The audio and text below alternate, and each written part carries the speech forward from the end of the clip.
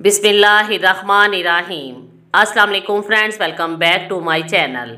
इस वीडियो में मैं आप लोगों को बेटी की पैदाइश के लिए एक बहुत ही ज़बरदस्त वजीफ़ा बताऊंगी।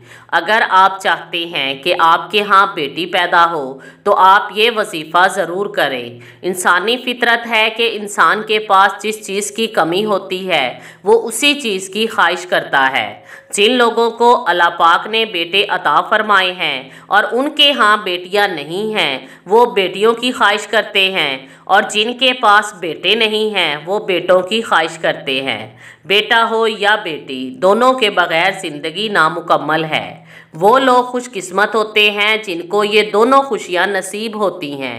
अल्लाह पाक जिसे जो अता फरमाए उसमें ही खुश रहना चाहिए, लेकिन हमारे पास हर वक्त दुआ का दरवाज़ा खुला है।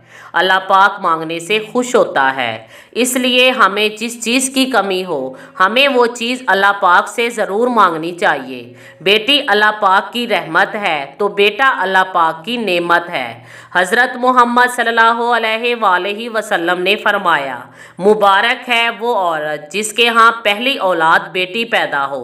बेटी की पैदाइश के लिए आज का वजीफ़ा बहुत मुजर्रिब है। इसके लिए जो औरत चाहे कि उसके यहाँ बेटी पैदा हो वो हमल के पहले 5 महीनों के दौरान ये अमल करे। इंशाअल्लाह ताला अल्लाह पाक उसे बेटी अता फरमाएगा।